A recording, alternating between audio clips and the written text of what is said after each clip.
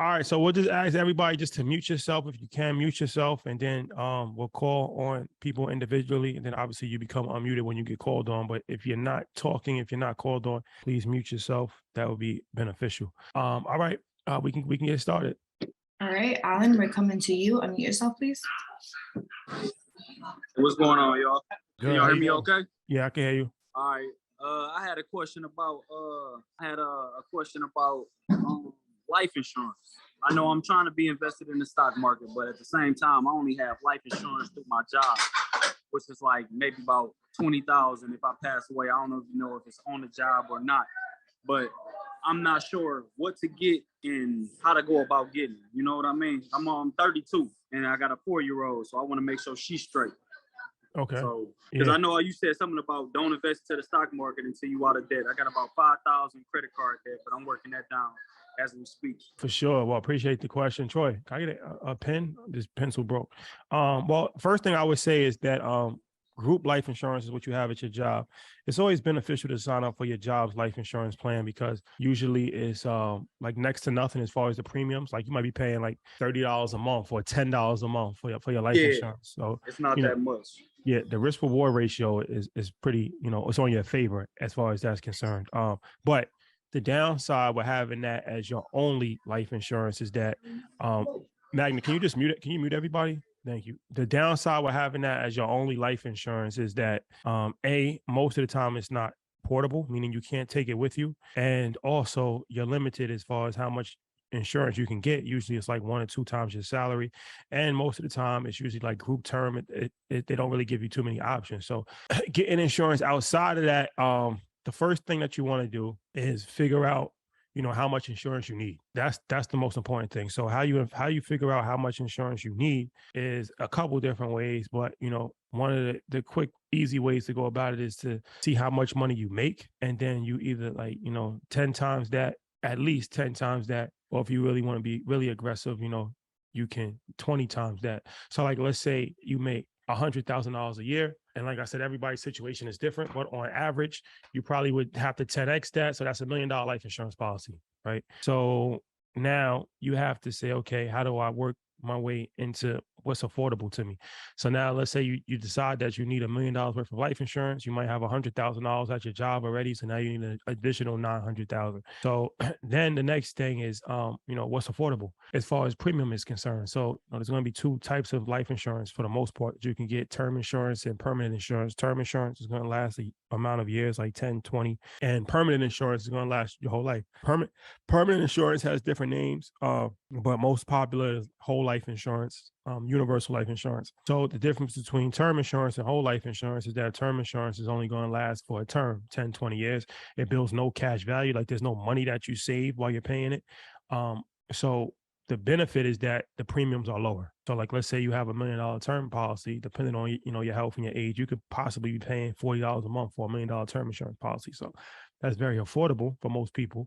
But the downside to that is that it's going to run up. And most of the time, you're not going to die within that term. Like if you're 35 years old and you're healthy, you are probably going to live longer than 20 years. Now, it's not guaranteed anybody could pass away at any given moment, but just the odds are that you probably will live longer than that term.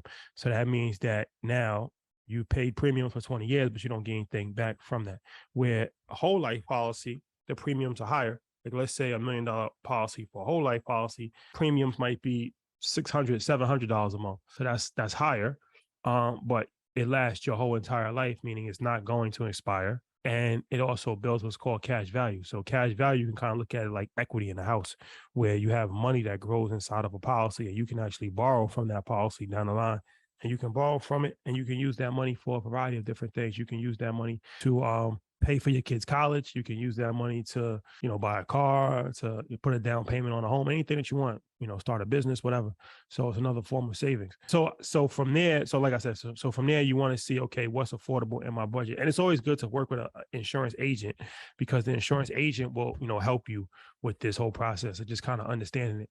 But usually you don't want to really go over 2.5, at the most, probably 5% of your income in insurance premiums. So like once again, using a round number, if you make $100,000 a year, 2.5% of that would be $2,500 a year.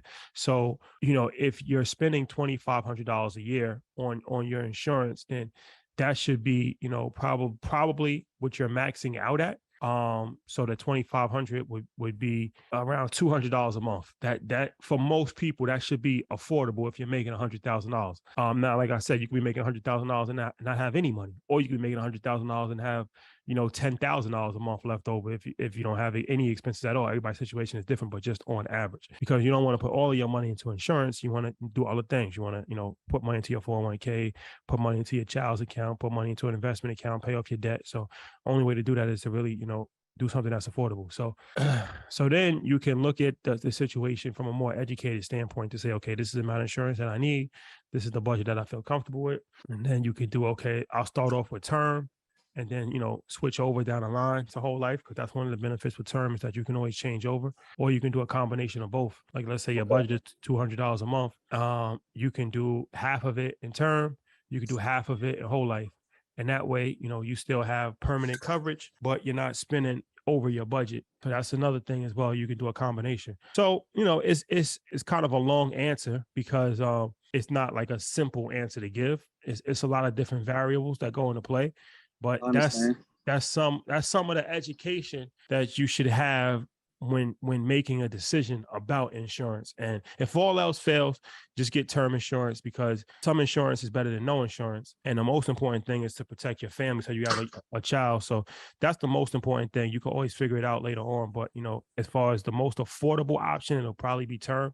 And like I said, you don't want to compromise your death benefit. You want to get the maximum death benefit that you can get. So yeah, that's how I look at it. Oh yeah, most definitely. Because 200 or even more, even 600 wouldn't even be killing me in the budget, because I don't have a mortgage or I'm not paying rent, because I inherited a house in 2013. So I'm fixing on that.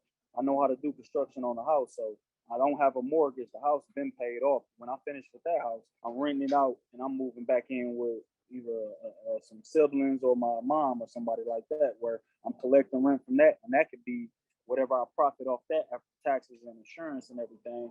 That could be paying my premium. I made $60,000 last year.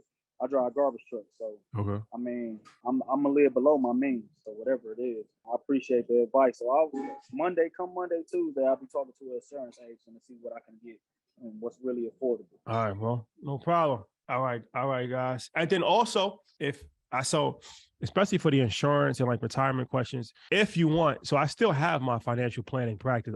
I'm not actively doing it anymore, but my dad actually is a financial advisor, my sister. So I say that at least once a call, but if you want, I think Magna, if you could just put the information in the chat, anybody can reach out to them and get a consultation if you want some questions about actually how to implement different things, different strategies. Like I said, you can work with whoever you want with, but it is something that I did for over a decade and still actually am licensed, and I still have my practice. I'm just not hands-on like me personally, but still kind of oversee the operation. So if you're interested, if anybody's interested, yeah, we could put the information in there and you can feel free to reach out.